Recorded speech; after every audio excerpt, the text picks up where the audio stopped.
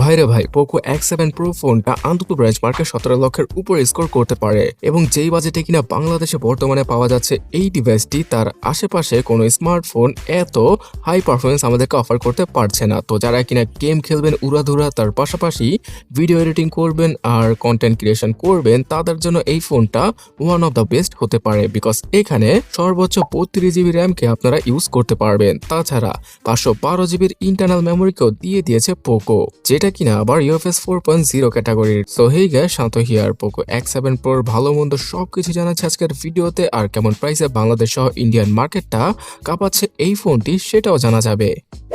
X7 Pro স্মার্টফোনটা বিভিন্ন ডিজাইনের সাথে আসে মার্কেটে। সো আমার কাছে এই হোয়াইট আর গ্রিন কালারের ভেরিয়েন্টে সবচেয়ে বেশি ভালো লাগছে। পেছনে ডুয়াল ক্যামেরা সেটআপ পাওয়া যাবে ফোনটার, এবং এই ক্যামেরা সেটআপটা অনেকটাই আইফোন 16 প্লাস আর 16 এর মতোই লাগছে।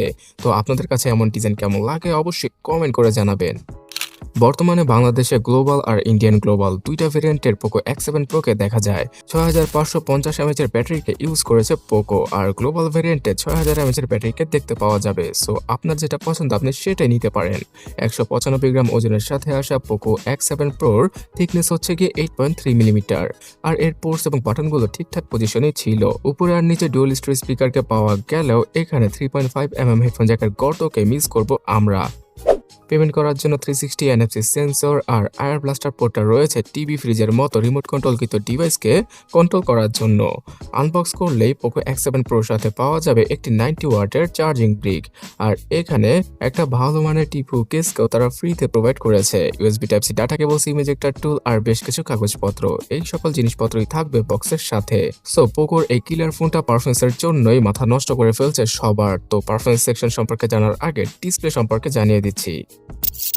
6.67 ইঞ্চি সাইজের একটি Amoled প্যানেলের 120 Hz ডিসপ্লেকে ইউজ করা হয়েছে এখানে, যেখানে কিনা ডলবি ভিশন HDR10+ এর সাপোর্টের পাশাপাশি সর্বোচ্চ 3200 নিটসের পিক ব্রাইটনেস পাওয়া যাবে।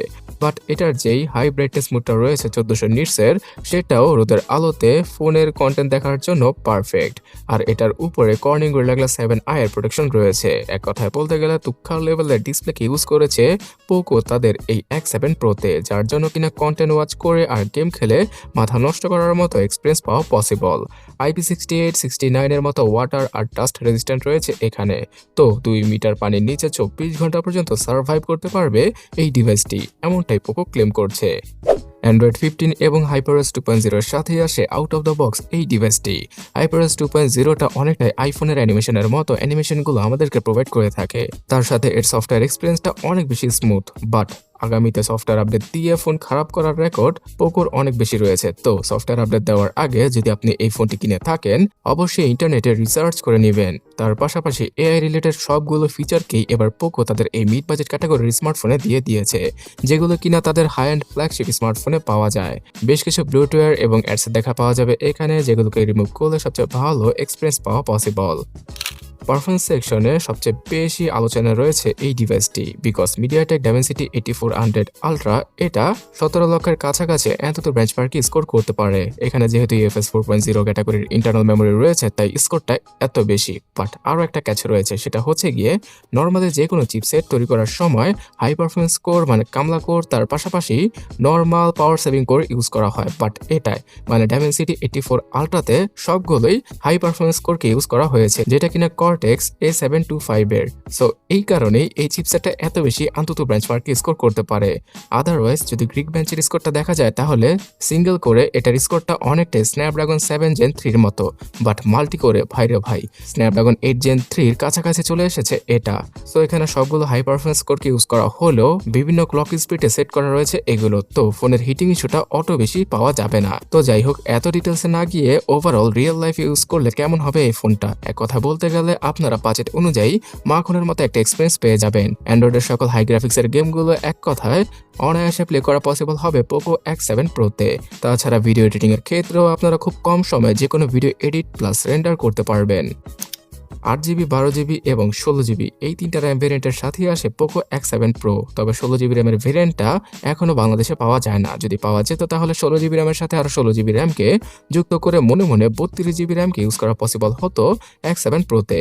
আর এই ভার্চুয়াল র্যামটা কিন্তু আসলে একটু হলেও কাজ করবে, বিকজ UFS 4.0 ক্যাটাগরির ইন্টারনাল মেমোরির স্পিড অনেক বেশি। ক্যামেরা সেকশনে হয়তো কিছুটা হলেও কস্ট কাটিং করেছে তারা। 50 মেগাপিক্সেলের ওআইএস যুক্ত মেইন, 8 মেগাপিক্সেলের আল্ট্রাওয়াইড ক্যামেরা রয়েছে পেছনে। সামনে পাওয়া যাবে 20 মেগাপিক্সেলের ডিসেন্ট কোয়ালিটির সেলফি। পেছনের ক্যামেরা দ্বারা 4K আর 1080p তে 120 fps এর ভিডিওগুলো শুট করা পসিবল হবে।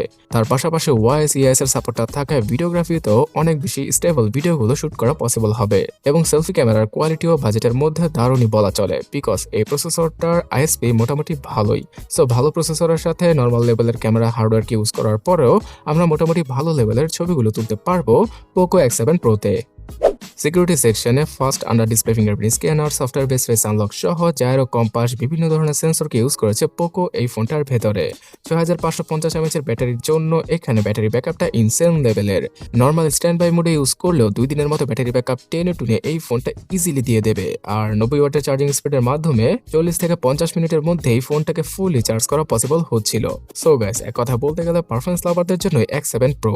বর্তমানে বাংলাদেশে এটার আনঅফিশিয়াল ভেরিয়েন্টটা 40,000 টাকায় পাওয়া গেলেও খুব দ্রুতই মানে ফেব্রুয়ারি মাসের ভেতরেই এটার প্রাইস 32 থেকে 35,000 টাকা চলে আসবে, বিকজ ইন্ডিয়ান মার্কেটে শুধুমাত্র 25,000 রুপি থেকেই শুরু হচ্ছে এটার বেস ভেরিয়েন্টের প্রাইস।